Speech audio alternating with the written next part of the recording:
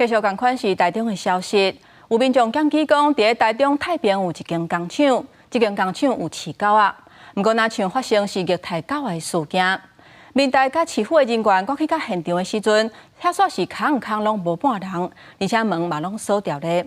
动保处表示，若是确定有虐待或者是伤害动物的情形，会当以动物保护法上当罚75000块的罚款。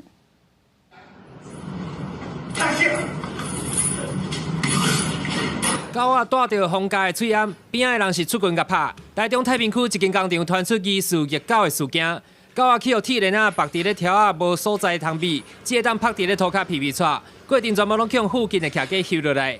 9号民代接到民众通报，到现场来救援。赶快把这只狗救出来，看到底发生什么事了？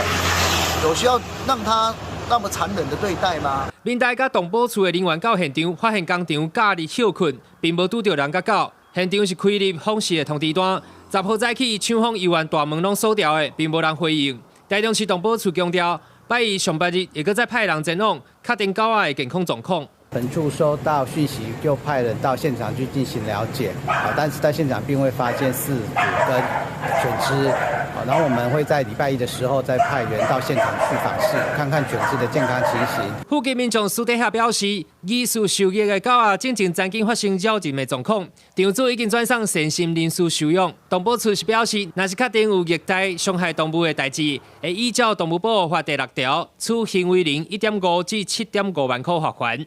记者台中报道。